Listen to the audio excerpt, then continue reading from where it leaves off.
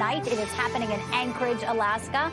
Hi, everybody. I'm Bianca Della Garza. And again, former President Donald Trump will be taking the stage very soon, any minute, in fact. And of course, when it happens, we'll bring it to you live in its entirety here. We want to bring in Newsmax senior national security analyst Ric Grenell, of course, also the former acting director of national intelligence, former ambassador to Germany. Ric, thank you so much for being with us. Bianca, it's so great to see you. Yeah, it's great to see you. I wish it was in person.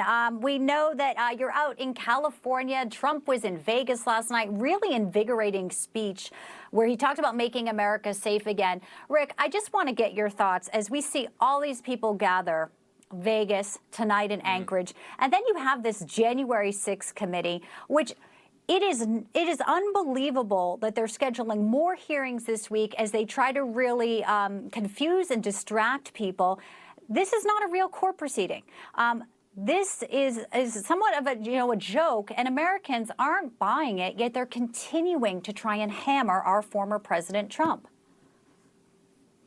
Look, I think third world dictators are really looking at what's happening in Congress in Washington and saying, we like to do the same thing.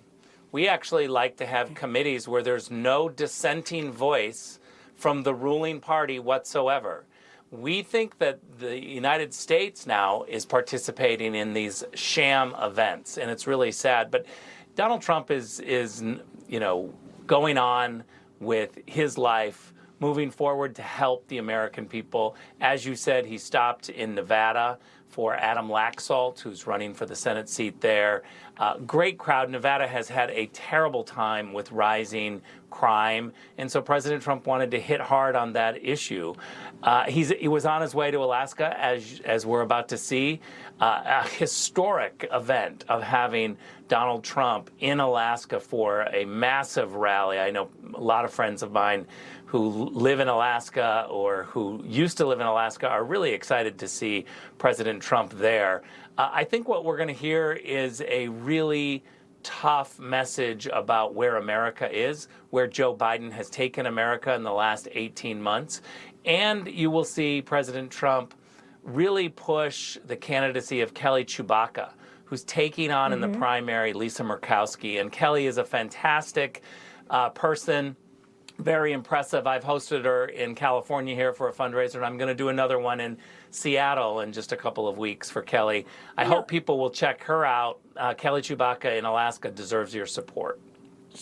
Yeah, she was really, heartfelt. She spoke a little bit earlier, talked about her parents had been homeless for a while. She grew up in, Alaska, so she obviously knows that state very well and is very connected to the people there.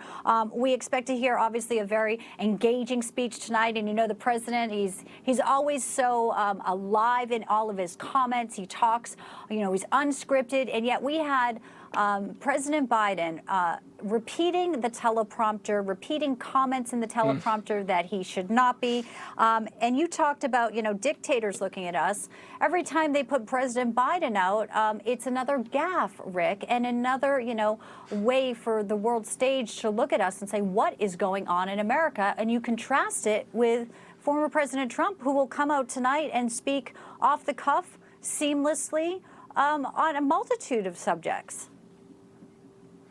I bet you President Trump will make fun of that moment where Joe Biden is literally just like a robot reading some text, and he says, end quote, and repeat the line. It's like, it's remarkable that he didn't say applause or something along those lines. Look, we've got a president in the White House currently right now who everybody knows is not with it. And dictators around the world, our friends and allies around the world, and others look at the same video that we do and cringe. We're all just like, good Lord. And our vice president isn't much better. I mean, it's a word salad every time she speaks. So we've got a president and a vice president who don't know how to communicate. Compare to what we're about to see with Donald Trump, who, as you said, no notes. He's going to go off the cuff. He'll remember a whole bunch of things.